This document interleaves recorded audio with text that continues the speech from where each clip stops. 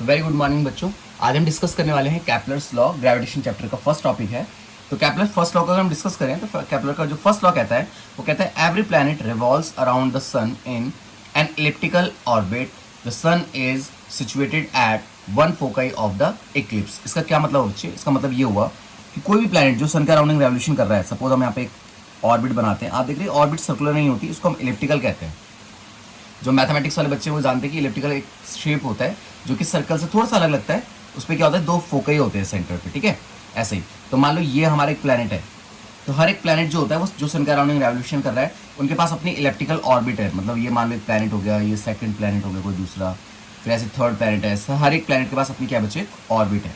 तो इसी को हम क्या कहते हैं, अगर कोई आपसे पूछे कि फर्स्ट लॉ क्या बोला जाता है, तो आप बोलेंगे लॉ ऑफ ऑर्बिट भी बोला जाता है। इसके अकॉर्डिंग क्या है कि हर एक प्लैनेट जो कि सन के अराउंडिंग रेवोल्यूशन कर रहा है, मान लो प्लैनेट नंबर 1 2 3, हर एक प्लैनेट के पास अपनी क्या होती है, एक ऑर्बिट होती है। और उस ऑर्बिट का शेप कैसा होता है बेटा?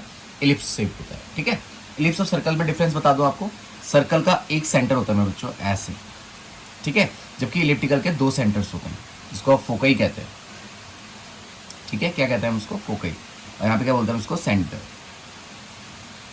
ठीक है। चलो अब देखते हैं कैपलर्स का सेकंड लॉ। तो कैपलर का जो सेकंड लॉ है बेटा वो आपको कहता है the line joining the planet to the sun. मतलब जो भी प्लैनेट सन के अराउंडिंग रेवोल्यूशन कर रहे हैं, जैसे मान लो ये सन यहाँ पे है और ये कोई प्लैनेट है, ठीक है। अब ये सन के अराउंडिंग रेवोल्यूशन करता है एक पोजीशन ए से लेकर एक पोजीशन बी तक। तो according to the second law the line joining a planet to the sun, line joining कर देते हैं, यहां से प्लैनेट यहां तक रेवोल्यूशन करता है, swap out equal area is equal interval of time. मतलब एक इक्वल टाइम इंटरवल पे कोई प्लैनेट जो सन के अराउंड रेवोल्यूशन कर रहा है वो एक जैसा एरिया ही कवर करेगा। अब फॉर एग्जांपल ये 1 मंथ में एक प्लैनेट यहां से लेकर यहां तक का एरिया कवर करता है, तो वैसे ही 1 मंथ में वो यहां से लेकर यहां तक जाएगा। और ये चीज़ याद रखेंगे कि जो एरिया होगा वो इक्वल होगा हमेशा, इसलिए हम हर बार एक फिक्स टाइम इंटरवल पे उसी पोजीशन पे पहुंच जाते हैं। जैसे हर बार हम नवंबर दिसंबर तक क्या होता है, विंटर्स होती है, और हर बार अप्रैल मई जून इसमें क्या होता है, समर होता है। कैसे? क्योंकि हम हर बार क्या होता है सन के अराउंडिंग रेवोल्यूशन करते हुए इक्वल टाइम पीरियड पे इक्वल एरिया कास्ट करते हुए अपनी पोजीशन पे दोबारा पहुंच जाते हैं। तो सेकंड लॉ ये कहता है कि लॉ ऑफ एरिया जिसे हम कहते हैं, इसके अकॉर्डिंग क्या है बच्चे कि जो भी प्लैनेट सन के अराउंडिंग रेवोल्यूशन कर रहे हैं वो एक इक्वल टाइम इंटरवल पे एक इक्वल एरिया कास्ट करते हैं सन के रिस्पेक्ट में, ठीक है। अब आते हैं जो प्लैनेट एरिया स्वीप कर रहा है ए से लेकर बी तक में, उसका एरिया क्या होगा बेटा? A S B is equals to area of C S D. C S D भाई यही पॉइंट मेन है, ये आपको याद रखना है, ठीक है। कैपलर सेकंड लॉ में थर्ड लॉ को समझने के लिए, थर्ड लॉ और ज्यादा इजी है। वो ये कहता है कि the square of the time period of revolution of a planet around the sun is directly proportional to the cube of semi major axis of its elliptical orbit. Means मान लो सन के अराउंडिंग कोई भी प्लैनेट जो रेवोल्यूशन कर रहे हैं, मान लो ये एक प्लैनेट है, तो इस प्लैनेट का जो टाइम पीरियड ऑफ रेवोल्यूशन है उसको हमने टी लिखा।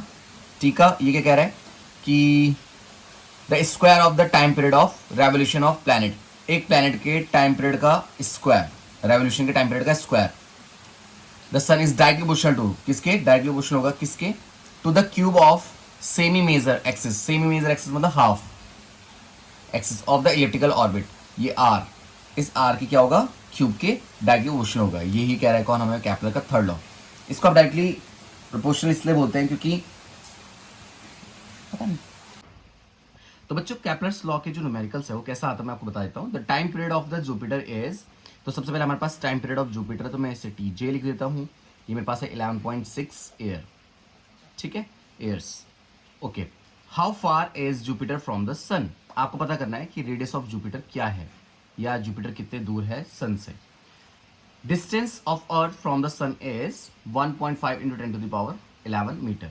हमें डिस्टेंस ऑफ अर्थ दिया है from sun is 1.5 into 10 to the power 11 metre. हम सब अब आप यहाँ पे देखिए कि जो अर्थ का टाइम पीरियड ऑफ रेवोल्यूशन है ना, वो तो हम सबको पता है कितना होता है, 1 ईयर होता है, ठीक है बच्चों। अब आप देखो कैपलर्स लॉ की इंपॉर्टेंस क्या है। कैपलर का जो थर्ड लॉ है वो क्या कहता था? T square is directly proportional to R cube, ठीक है। ये आपका फॉर्मूला हो गया कैपलर्स का। अब आप इसको दोनों के लिए लिखिए एक बार, T square is equals to K constant लगाया हमने, आर क्यूब, जैसे टी जे और आर जे। ऐसे दूसरे फॉर्मूला में किसके लिए लिखूंगा? अर्थ के लिए भी, टी स्क्वायर ई के इंटू आर क्यूब ई। अब आप दोनों को सिंपल सिंपल डिवाइड कर दीजिए, के से आपका के कैंसिल हो गया तो दो तो कांस्टेंट था। चलो यहीं पे कैलकुलेट कर लेते हैं। यह आ जाएगा T square J upon T square E is equals to R J cube upon R E का क्यूब। अब आपको पता है हमें ये निकालना है ना, तो डिवाइड वाला काम भेज देंगे बच्चे हम मल्टीप्लाइड में, तो आ जाएगा T square J upon T square E यानी time period of earth revolution, ठीक है, इनटू आर ई का cube is equals to R J का क्यूब। ठीक है, अब आप वैल्यू डाल दो। टी स्क्वायर जे का मतलब क्या हो बेटा, time period of revolution of Jupiter is 11.6 का स्क्वायर।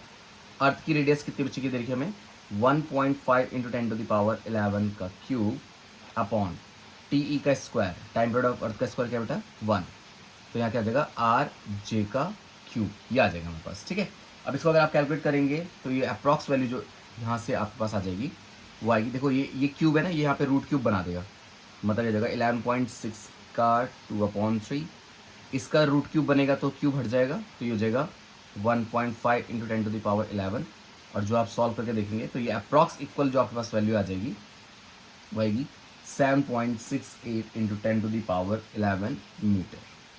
ठीक है बेटा, ये इसका आंसर हो जाएगा 7.68 इंटू 10⁻11 मीटर। अगर कोई डाउट है तो आप मुझसे पूछ सकते हैं।